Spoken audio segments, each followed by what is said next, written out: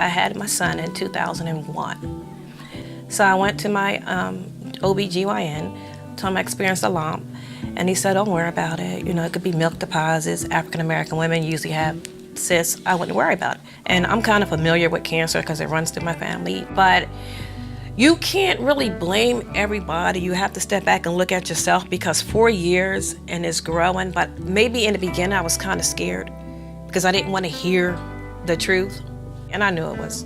So I went to go talk to someone, and surgeon sent me right to do an MRI. So we did an MRI and biopsy, and it came back with the news, yes, it is cancerous.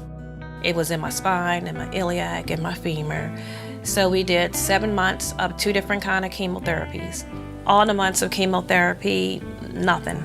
And I'm looking like, I got 2 kids. Both my parents died from this. I do not plan on checking out soon. I'm my very own advocate. I know me, I know what's going on. So in order for you to be a better doctor, I have to be a better me. I have to tell you everything what's going on. I called another facility, and I called the cancer treatment center. I called both on the same day. The other facility wanted me to do so much legwork. You need to do this, this, this, and this before you can even get an appointment. I called the cancer treatment center, and it was just, okay, give us your doctor's name, we'll contact them. You know, and I explained to them, well, let me get it together because I got 2 kids, and it was like, don't worry about it. You have an option between a hotel room, double bed, or a 2-bedroom apartment. So the kids and I went over there, and the first day we walked through the doors, like I tell everybody, it was like, my mind, this cannot be true. From the person that came to you from the door all the way to your doctor, to your whole team, was like genuine, you just felt love. They still did every test all over again, no matter, what you came from, they just did everything.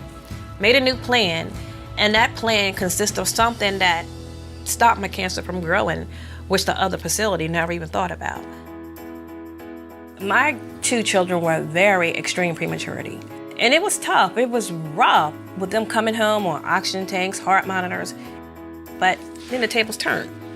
So now it's like, okay, now Mom, we got you, and I'm telling you, I can never go through a day, and honest to God, if he don't say it 5 times, Mama, you all right? I'm like, I'm fine, I'll let you know if I wasn't. Because my mom hid it from us. But I didn't want to do that. I wanted to let them know everything up front, but they begin to be my protector, so I thank God for them. I run a program out here called the Weatherby Kids, where we teach them to respect one another, to teach them about being a community. Once I became a cancer fighter and a patient-to-patient network, both of those services, you get to uplift people. I like that part, because somehow you've been there. So you're like a living testimony, like hang in there, just have faith.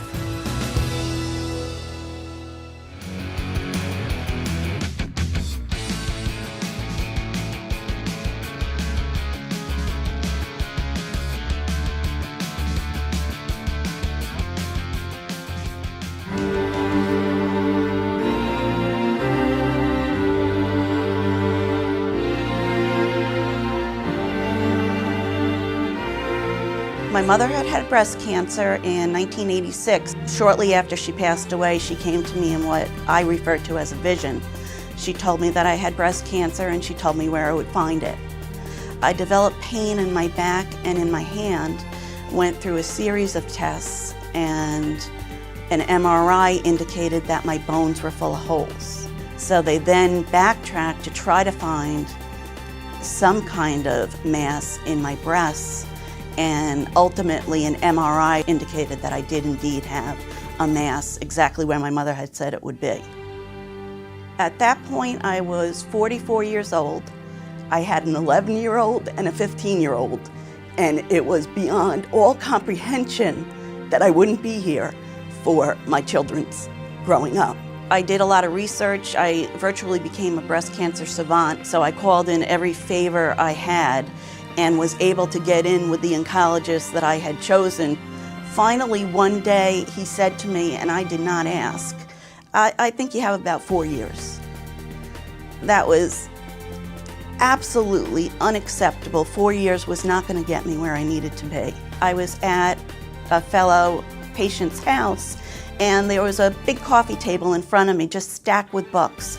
I pulled one book out just randomly, and it was called There's No Place Like Hope, and it described a woman who had late-stage breast cancer's journey after she came to CTCA to be treated.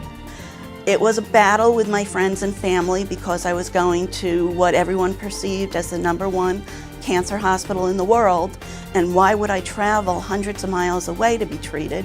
But I really felt it was what I needed to do to keep my life intact.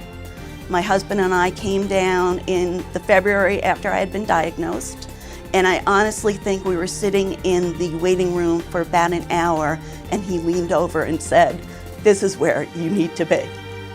And I was given a starfish pin, and I knew, since my whole life was so around the beach and starfish and shells, that it was a sign that I was in the right place. There have been some stakeholders here that really have changed my life.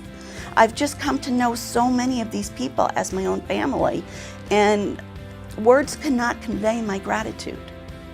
And on a PS, I've now outlived that 4-year prediction by 2 years, and I'm going strong.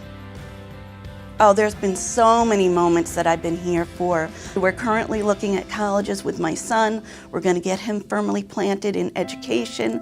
My husband and I have more trips on our to-do list than I could possibly tick off. Our daughter is getting herself together and is heading into more education and is becoming more serious with our boyfriend, and there's just so much on our horizon. I think once you walk in here and you really find out what the place is all about, it's your life. You know, you'll walk 100 miles barefoot if that's what you need to do to stay alive and to be treated as a person with respect, with faith, and with love. And that's how I am treated here.